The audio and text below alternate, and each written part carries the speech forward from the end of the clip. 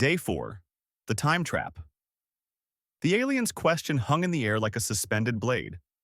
Why do you believe in time travel as if it's a fact? Have you ever done it? My thoughts scattered.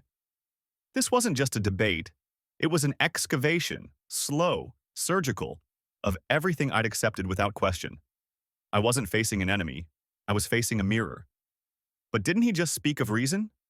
Didn't he praise the mind? I steadied my breath. Inhale. Exhale. I lifted my head and met his gaze. Yes, I said. I believe time travel is possible, at least in theory.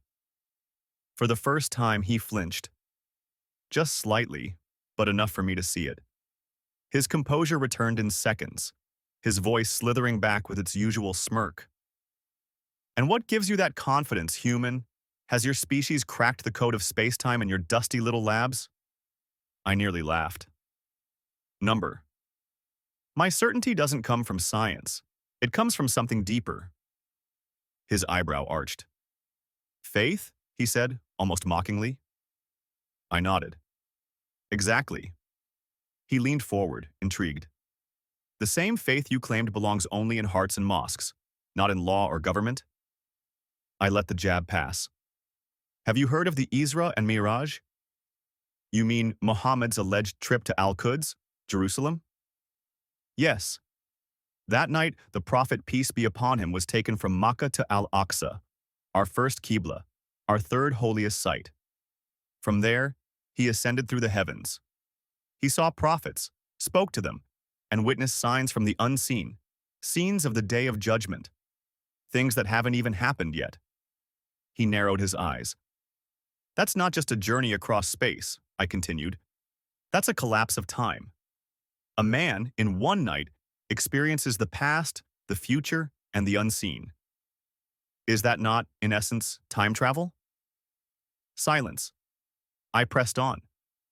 Even in science, there's theoretical support. Einstein spoke of time dilation. Traveling into the future, mathematically plausible. Going back? That's where reality resists. Paradoxes, contradictions, like the grandfather paradox, things we can't resolve yet. Maybe we'll observe the past someday. But to alter it? That's fiction. He stared at me for a long moment, expression unreadable. Then, softly, but don't even your own scholars debate that story's literal truth? I snapped, quicker than I meant to. Since when do you quote our scholars? To my surprise, he didn't retaliate. He just smiled. A different smile this time, calm, almost proud, like a teacher watching a student wrestle with doubt. We're here to test your convictions, he said. If they shatter under pressure, maybe they were never convictions at all. I gritted my teeth. He wasn't wrong. You're right, I admitted. But there are things we don't debate. What's clearly and explicitly stated in the Quran, what the Ummah agreed upon.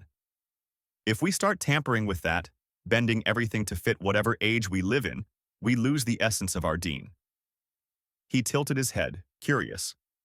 I went on. God promised to preserve the Quran.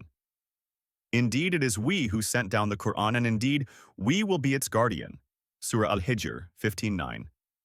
But today, some twist its words into metaphors, drain its laws of meaning, or interpret the clear as symbolic, until there's nothing left but poetry. They want a religion with no anchors. That's the danger of hermeneutics.